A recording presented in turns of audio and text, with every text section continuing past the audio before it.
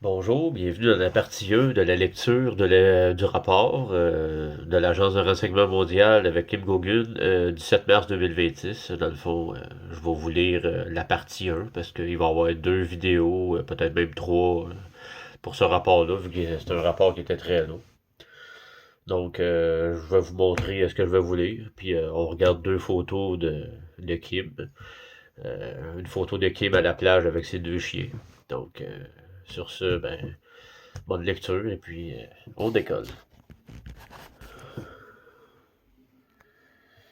Bon, on va regarder les photos en premier. Fait que ça, c'est Kim avec son chien, Francesca. Et le deuxième pitou, je me souviens plus de son prénom précisément. Donc, voilà pour ce court moment, de moment où ce que Kim là, semble très rayonnante. Là. Elle est sortie du Rango, donc c'est excellent. Bon, on décolle. Fait que je vais vous montrer ce que je vais vous lire.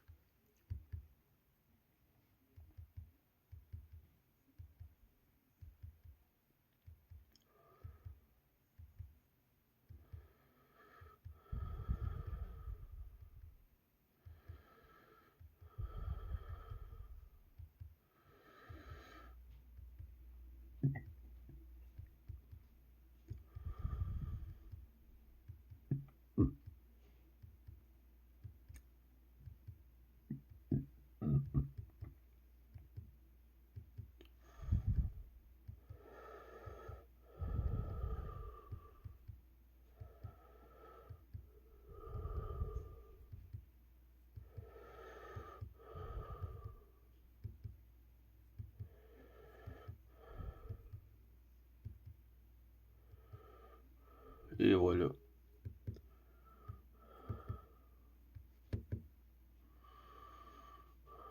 Oh, parfait. On revient en haut.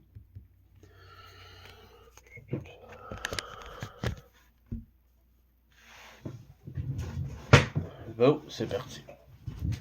J'étais un peu rouillé, c'est un bout que je l'ai pas fait. Colin, ça fait 2 semaines. 2 semaines et demie, je n'ai pas fait de vidéo.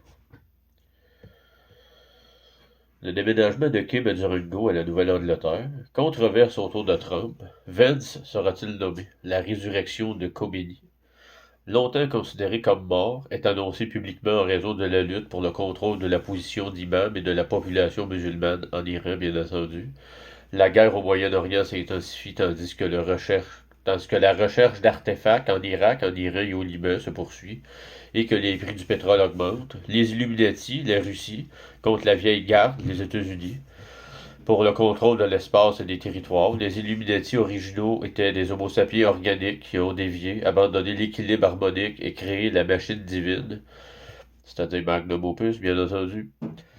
Les humains et les lignées de sang. La vieille garde était composée d'anges, également connus sous le nom de veilleurs, qui ont également dévié, choisissant la loyauté envers la machine plutôt qu'envers la source.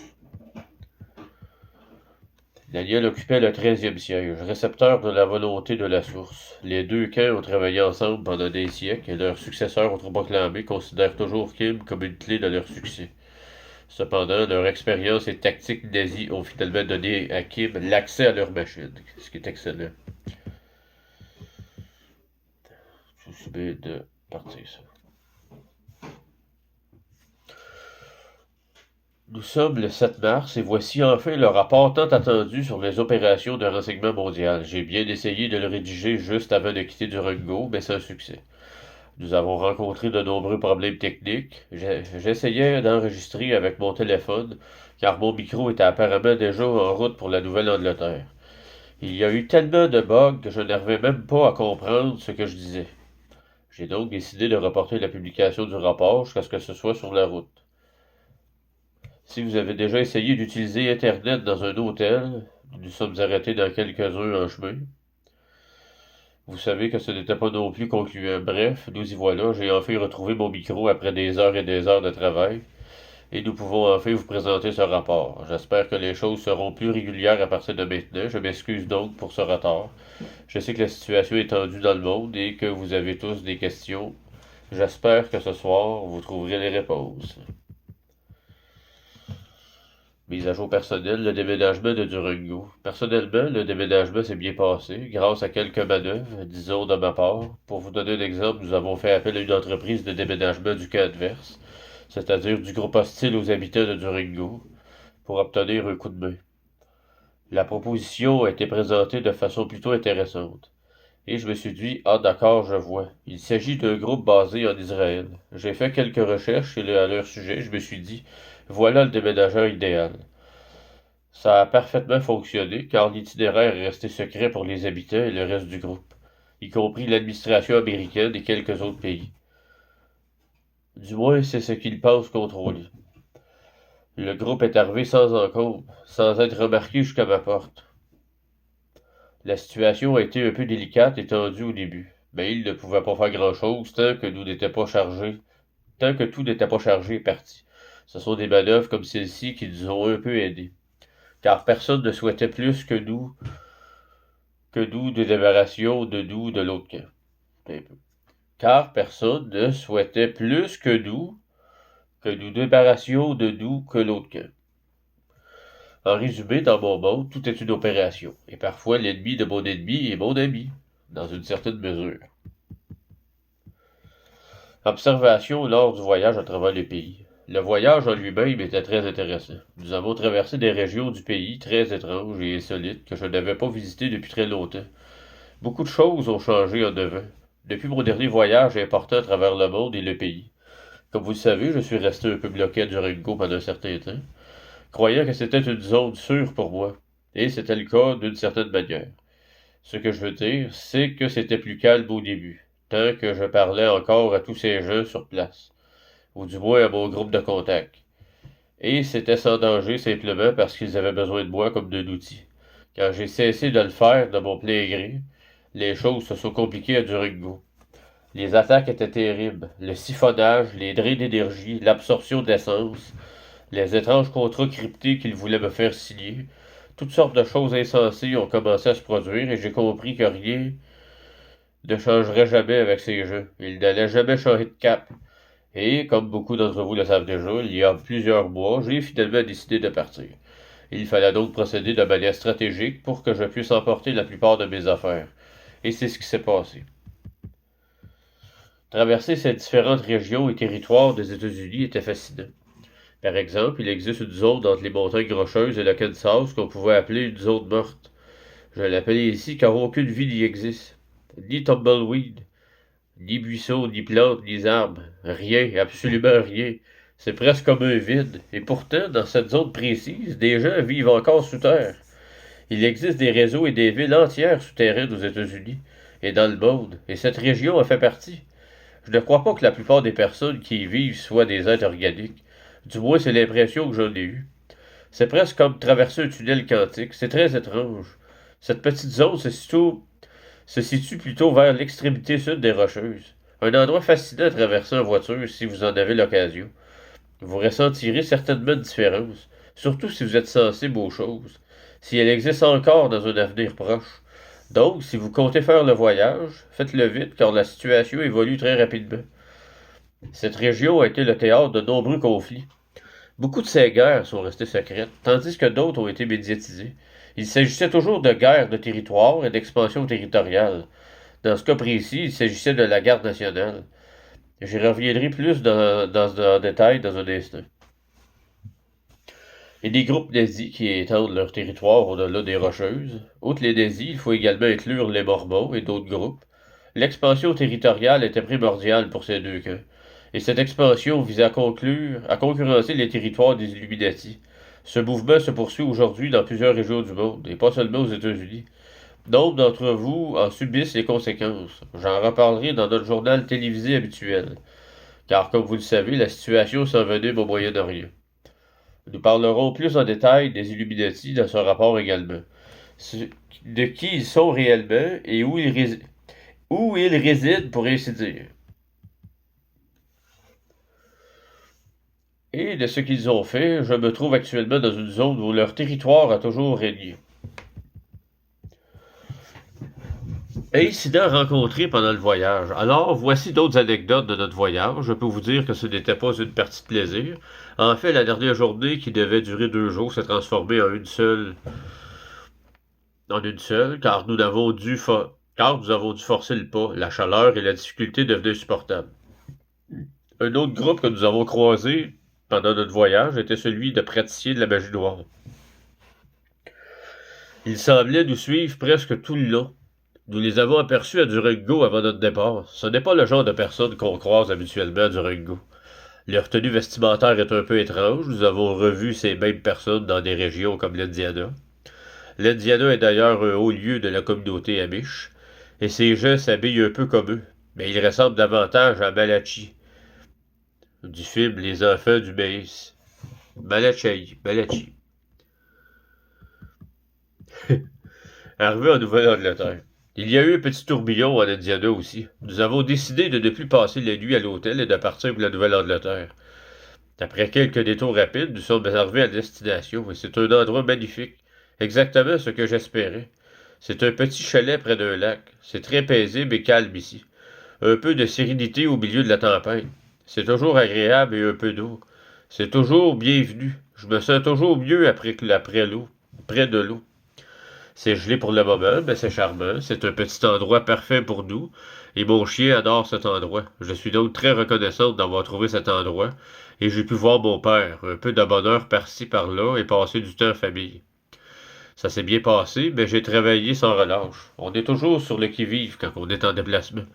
Et vous savez, dans mon cas, je n'ai pas vraiment d'amis. À part peut-être l'ennemi de mon ennemi qui est mon ami. Bref, un voyage pour le moins intéressant. Que j'espère ne jamais refaire. Et je ne remettrai probablement jamais les pieds à Durango malgré leurs efforts. Le groupe nazi estime que la présence de Kim à Durango était stratégiquement importante. Nous avons reçu plusieurs appels, principalement indirects, pas directement à moi dans ce cas précis, de la part de certains groupes et individus qui ne comprennent pas vraiment la situation. Il peut s'agir de personnes travaillant au Pentagone, au GCHQ, qui est le consortium pour la santé mondiale, qui n'a absolument rien à voir avec l'OMS, bien entendu. Ce genre de choses. Ils pensent que tout se résume à une question de territoire, ce qui est vrai dans une certaine mesure, mais ils ne comprennent pas vraiment qui est qui ils combattent, qui ils essaient de vaincre, ni ce qu'ils cherchent à obtenir à ce niveau. Ils savaient pertinemment que ma présence à Durango était essentielle à leur réussite. Dans une certaine mesure, on peut dire que c'était le cas. Ils ont clairement essayé de m'utiliser de diverses manières pendant mon séjour, mais sans succès. Encore une fois, certaines de leurs actions nécessitent une autorisation, qu'ils n'ont pas obtenue et qu'ils n'ont toujours pas, et qu'ils n'obtiendront pas tout, bien entendu. Avant de partir, je savais pertinemment que je changerais de territoire, mais je devais aussi bien peser le pour et le contre. Premièrement, je voulais me rapprocher de ma famille. C'est important pour moi. Mon père vieillit et c'est vraiment agréable d'avoir ma famille à mes côtés. Ma belle-mère est décédée l'année dernière et il traverse une période difficile. Alors c'était formidable de pouvoir le serrer fort dans mes bras et de le revoir après une si longue absence. J'ai reçu quelques menaces pour m'empêcher de le faire, mais tout semble aller bien, du moins pour l'instant. Les tactiques expérimentales brutales et brutales du groupe nazi. Les nazis, en revanche, sont d'une brutalité extrême. Habitués aux expériences, ils se moquent éperdument de la vie humaine et des dommages qu'ils causent. C'est leur seul objectif. La seule chose qui les a empêchés de me tuer, c'est qu'ils n'avaient pas obtenu exactement ce qu'ils voulaient. Ils s'arrêtaient donc systématiquement à un certain stade de leurs expériences, avant que le pire ne se produise. Simplement parce qu'ils avaient besoin Simplement parce qu'ils avaient besoin de les poursuivre. Avec eux, c'est toujours la même chose, mais leurs tactiques sont bien plus brutales. Ils sont habitués à la guerre, aux prisonniers de guerre, ce que je n'étais absolument pas. J'ai été amené là-bas sous prétexte d'être un invité et non un atout, et je le répète. Par conséquent, aucune autorisation officielle ne m'a été accordée. Ils prétendaient que j'avais accepté de déménager là-bas en sachant que c'était une zone de retraite, que la ville regorgeait d'agents et que certaines choses y étaient étranges, notamment une forte activité paranormale et de nombreuses expériences. J'étais parfaitement conscient de ce qui se tramait sous Cheyenne Mountain, et nous y reviendrons dans le rapport. Je n'étais donc pas complètement aveugle. J'ai beaucoup appris sur place, notamment sur notre ennemi, l'ennemi de l'Homo sapiens et de la vie en général sur cette planète. les méthodes de manipulation plutôt que de brutalité des Illuminati. Donc, vous voyez à qui qu'on a affaire. Quant aux Illuminati, dans le contexte où nous nous trouvons actuellement, leurs approches sont plus subtiles et manipulatrices, ils sont moins brutaux et disons qu'ils ne sont pas des savants fous. Leur comportement est différent, ils se sentent plus royaux, plus en droit d'agir, et leurs tactiques sont donc davantage axées sur de la manipulation. Cela a déjà commencé depuis mon arrivée. Ils ont déjà tenté plusieurs approches pour me faire ce qu'ils veulent, mais je refuse catégoriquement d'y participer. C'est pourquoi ils tiennent des réunions. Ils ont été en réunion toute la journée d'hier et d'aujourd'hui. Leur objectif, contacter Tom Melville, qui est le directeur adjoint des États-Unis d'Amérique, et d'autres personnes de mon entourage, les personnes qu'ils pensent que je connais et en qui j'ai confiance, afin de monter un complot à coups de mensonges. J'ai un excellent détecteur de mensonges intégré à mon cerveau, c'est comme une boussole. Je repère un mensonge à des kilomètres, ils ont donc intérêt à se surpasser. Du moins ce qu'ils en restent, d'ici à ces appels téléphoniques. Ils étaient censés les fabriquer plus tôt aujourd'hui. Mais ils arriveront cette semaine, j'en suis sûr, ils sont encore en vie d'ici là. S'ils sont encore en vie d'ici là. Alors, des jeux et encore des jeux. J'imagine, l'un est-il meilleur que l'autre? Je ne sais pas. Mais ça restera comme ça jusqu'à ce qu'il n'ait plus aucun moyen de manipuler le monde et vous. Merci pour votre soutien. Je tenais à vous remercier pour votre soutien et votre compréhension durant cette période de transition. Sachez simplement que ce n'est pas si simple. Déménager de l'autre bout du pays ou en Europe, c'est comme traverser plusieurs pays. Ce n'est jamais facile, même pour tout le monde. C'est très loin. Cela implique beaucoup de routes, beaucoup de cartons, beaucoup de déménagements, et il faut du temps pour retrouver ses affaires et tout remettre en ordre. Ce que je n'ai pas encore fait. J'ai presque tout déballé. J'ai retrouvé mon micro et j'en suis ravi, car sans lui, je n'aurais pas pu faire ce rapport. J'ai essayé plusieurs fois sans succès. Cela aurait été très frustrant pour vous tous de ne pas entendre un mot sur trois. Je voulais donc vous remercier pour votre soutien et votre compréhension. Vous avez été nombreux à m'envoyer des messages de soutien. Et j'ai beaucoup apprécié ces messages et répondu à beaucoup d'entre vous. Un grand merci à vous tous et votre patience durant cette période qui m'a vraiment touché. Parfois, il était tout simplement impossible de diffuser quoi que ce soit, comme vous pouvez l'imaginer avec quelques bribes de signal que je vous ai fournis. Il y avait aussi beaucoup de zones blanches, sans aucun signal, absolument rien sur le trajet. Je sais que certaines personnes ne comprennent tout simplement pas ce que c'est de vivre avec l'état profond sur le dos, et probablement partout il pourrait s'infiltrer. Et c'est normal. J'ai vu les messages échangés dans le chat et j'espère sincèrement que cela n'arrivera jamais. Parce que ce n'est pas drôle. Activités régulières et développement mondiaux. Passons maintenant au reportage. Commençons par l'actualité générale. Car il semble que beaucoup de gens soient inquiets et contrariés par la situation actuelle. Je sais que le nombre de nos correspondants sur le terrain ont été très occupés à couvrir les hausses des prix de l'essence et du gaz dans le monde entier, et je les en remercie. Il est important que les gens sachent où aller et où ne pas aller, et comment les prix augmentent dans leur région. Mais la hausse du prix des carburants a un impact plus important sur l'économie, et je vous expliquerai pourquoi dans quelques instants. Controverse liée à Trump. Parlons de Trump, ce mort-vivant. On n'entend parler que de lui sur Twitter et les réseaux sociaux, notamment de son implication dans l'affaire Epstein. Ce n'est pas une surprise pour vous, ou du moins ça ne devrait pas l'être. On m'a posé des questions à ce sujet et je vous en ai déjà parlé il y a longtemps. Je vous ai parlé de son rituel pour ses 40 ans et de ce qu'il a fait à cette petite fille. Monsieur Von Kempf, déguisé en Monsieur Trump, pour avoir son grade de franc-maçon au 33e degré, il a sacrifié une petite fille en rituel. C'est ça qu'il faut qu'il fasse. Puis il a bu son sang. C'est ça qu'il a fait pour avoir son grade de franc-maçon au 33e degré.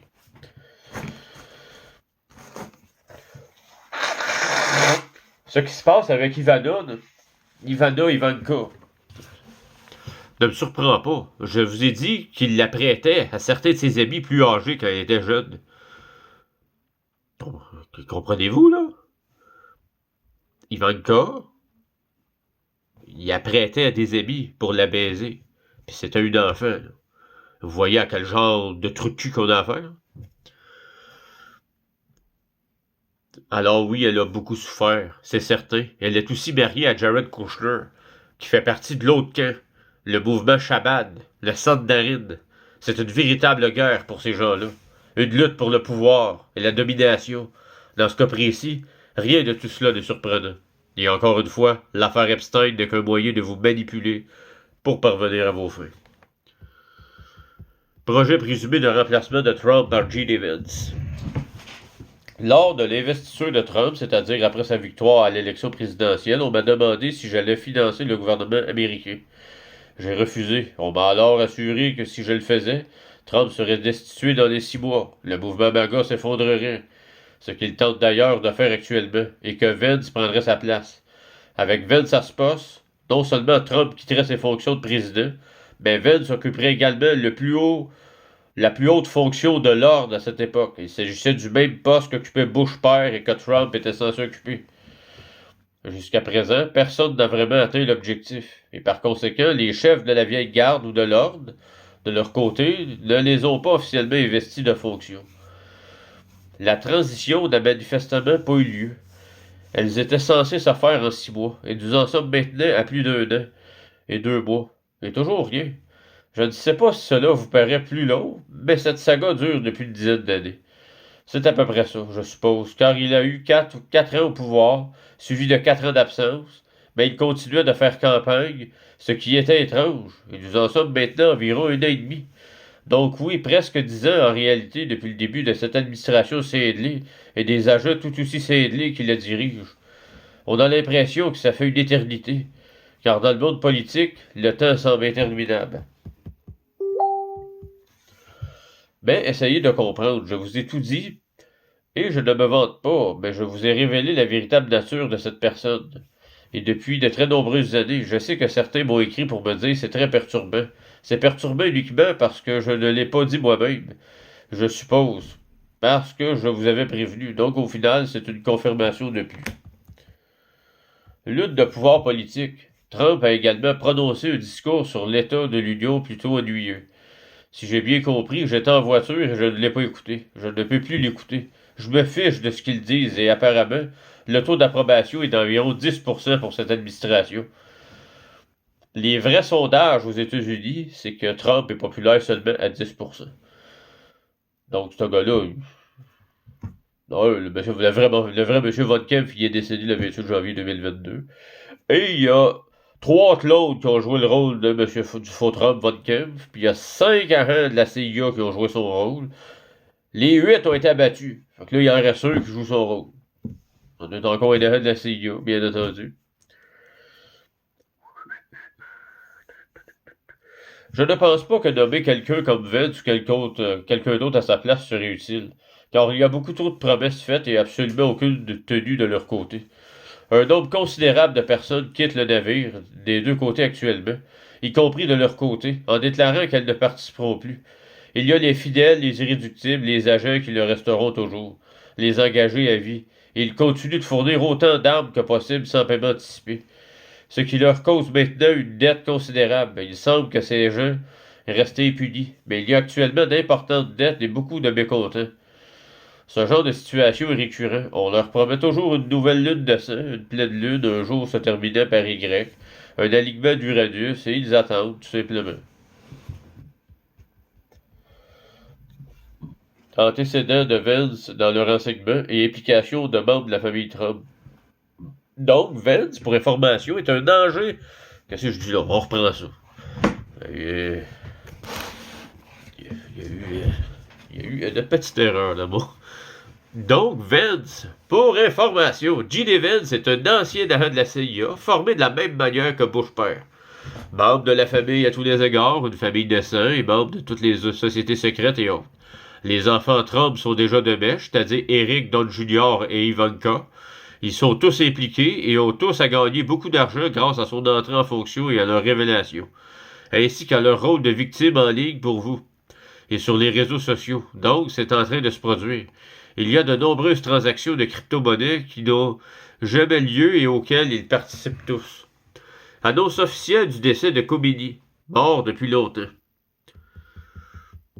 Par ailleurs, en parlant de dirigeants corrompus décédés, la mort de Khomeini a été officiellement annoncée il y a environ une semaine, le 28 février 2026. Pour ceux qui ne le connaissent pas, Khomeini était l'imam suprême, le guide suprême du monde musulman. Il est un peu l'équivalent du pape pour les musulmans. Il est mort il y a quelques années en tentant d'accomplir un rituel au Bélarus. Cependant, les États-Unis, Israël et d'autres prétendent l'avoir tué. Beaucoup s'attribuent sa mort et celle de son gouvernement, mais rien de tout cela n'est vrai. Il est mort il y a longtemps. Peut-être que l'annonce publique de sa mort est inappropriée. Je ne sais pas. Mais il n'a pas été assassiné. Il s'est tué accidentellement au beau milieu de rituels au Bélarus. J'en ris encore, car je m'en souviens. J'essayais de me rappeler ce qu'il faisait là-bas. Une alerte est arrivée et je regardais la vidéo. L'incident s'est produit aux alentours de la Ligue Staline, en Biélorussie. Et j'ignore précisément ce qu'il cherchait à faire. Apparemment, il n'était pas la personne désignée pour cette mission, puisqu'il est mort lors de cette opération. Prétendre l'avoir tué revient donc à attiser la colère des musulmans. Or, ce dernier n'apprécie guère Khomeini, tout comme la plupart des catholiques n'apprécient guère le pape. Cette accusation se retourne donc contre ses auteurs, et le silence règne depuis quelques jours. Il s'agit du contrôle de la position de l'imam et de la mainmise sur la population islamique. Un groupe américain, et je les appelle ainsi car beaucoup de leurs membres résident aux États-Unis, bien que leurs origines soient internationales, tout comme l'autre camp, souhaite contrôler le prochain imam. Pourquoi s'intéresser à savoir si l'imam est l'un des leurs? Il se soucie autant de cet imam. Le nouvel imam désigné est apparemment le fils de Khomeini, que de contrôler le pape et de placer leur candidat à la tête de l'institution. Il s'agit désormais de la possession de l'homo sapiens et de territoire. On compte environ 2 milliards de musulmans, 1,4 milliard de catholiques et peut-être 2,5 milliards de chrétiens à travers le monde, qui se réclament de ces peuples. Ils se placent également sous leur tutelle, et s'ils prennent le contrôle de ce pouvoir, ils croient, et il ne s'agit pas que d'une croyance, pas d'un fait avéré, pouvoir s'approprier tous ces âmes, ce qui est totalement faux. C'est un niveau trop bas, ce n'est pas si important, et apparemment ce groupe américain n'est pas les plus futés. Car, si vous vous souvenez bien, depuis environ un an, voire plus, ils placent leur propre président, chef d'État, chef militaire et chef des services de renseignement. Souvenez-vous, nous avons eu affaire à ces cow-boys qui tentaient de diriger Israël pendant la récente guerre de Gaza. Ils tiraient les ficelles pour les deux camps, et cela n'a rien donné non plus. Si ce n'est des sommes colossales dépensées, une dette abyssale, aucun remboursement, et personne n'a tiré profit de leurs actions jusqu'à présent. Mais pourquoi ne pas continuer à faire la même chose encore et encore en espérant un résultat différent? C'est exactement ce qu'il faut. C'est à peu près ce qu'il me faisait quand j'étais à Durango. Répéter sans cesse la même chose en espérant un résultat différent. On ne peut pas procéder ici. Je l'ai répété maintes et maintes fois. Mais ça ne veut pas dire qu'ils me croient ou qu'ils vont s'arrêter. De toute évidence, ils auront reçu beaucoup de désinformations et des ordres catastrophiques, ou alors des personnes tout en haut du système les manipulent. Peut-être que quelque chose ou quelqu'un les fait tourner en rond. D'où sortent-ils leurs informations sur les alignements d'Uranus, les nouvelles lunes, les lunes de sang, et les jours se terminant par Y? Peut-être reçoivent-ils beaucoup de mauvaises informations, ou alors ils font perdre du temps à tout le monde. Car aucun des deux camps n'avance. La guerre est une chose fascinante, n'est-ce pas? Nous allons en reparler un peu. Et je vous dirai qui sont ces gens. Ils sont convaincus, ce groupe nazi, jésuite, soleil noir, School of Bone, franc-maçon, ou appelons-le simplement ce groupe, que s'ils parviennent à contrôler 80% de l'espèce humaine, ils gagneront. J'ai l'impression d'être dans un épisode de juste prix. Que vont-ils gagner? Que cache la porte numéro 1? Le contrôle de la Terre, peut-être? Je n'en sais rien. Mais de toute façon, rien de tout cela ne fonctionnera.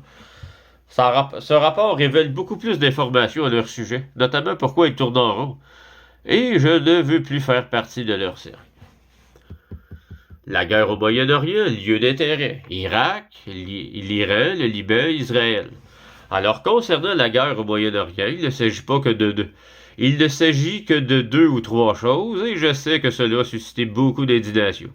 J'ai reçu beaucoup d'informations similaires à celles qu'on retrouve sur Internet, mais je suis resté en contact permanent avec l'agent M, qui se déplace constamment au Moyen-Orient. Il y a de nombreux contacts là-bas et ça me tient informé en temps réel de ce qui se passe, contrairement aux informations que je trouve sur Internet. De plus, je reçois des informations du système et je les confirme en constatant les faits sur place. Donc, en résumé, je peux vous dire que tout ce que vous voyez dans les médias n'est pas entièrement vrai. Et ça n'est pas une surprise, bien entendu. Recherche d'artefacts. Ce qu'ils recherchent, ce sont des artefacts. Par artefact, je n'entends pas forcément des objets religieux ou des vestiges d'anciennes civilisations homo sapiens du Moyen-Orient, mais plutôt des choses qui ont été placées il y a très longtemps par différents acteurs clés de l'histoire. C'est un peu comme Hitler 2.0. Ils envoient leur armée à leur camp, le groupe nazi, et ils continuent de traquer des artefacts par ceux qu'ils possèdent actuellement, sont totalement inefficaces. De plus, ils pensent posséder des artefacts en Iran, en Irak, au Liban, en Israël, et s'en emparer. Ils croient que cela leur donnera un pouvoir accru sur la création de monde, de royaumes et d'empires. Ces informations sont fausses, bien entendu. Camp militaire près de Najaf, en Irak. Je sais qu'ils ont actuellement ce qu'on pourrait appeler des mini-camps de base dans une région d'Irak nommée Najaf. Najaf, dont nous avons déjà parlé, est une zone où se trouvent ces érudits que personne n'écoute. Ce sont des spécialistes de l'islam qui possèdent des connaissances qui dépassent le cadre de l'islam. Certaines de ces connaissances remontent à 250 000 ans. Ah, regardons ça, toi. Il y a 250 000 ans, c'est quand que la Reine Rouge à Castaroth était là. Ils en savent plus que la plupart des gens. Ils ne sont pas contre nous. Mais malheureusement, personne au sein du gouvernement irakien ne les écoute. Même lorsqu'ils ont été évités à rencontrer les services de renseignement et les représentants du gouvernement, et qu'ils leur ont fourni des informations. Ces informations étaient exactes. Pourtant, personne ne veut les écouter. On préférerait écouter une bande de nazis aux États-Unis. Et l'Irak continue de s'enfoncer dans le chaos. Il y a eu de nombreux bombardements dans les zones kurdes d'Irak, des tirs de missiles pendant des jours, et la situation semble être considérablement calmée depuis. Bon, on est bon avec un petit paragraphe, parce que je vais arrêter ça autour de 33 minutes.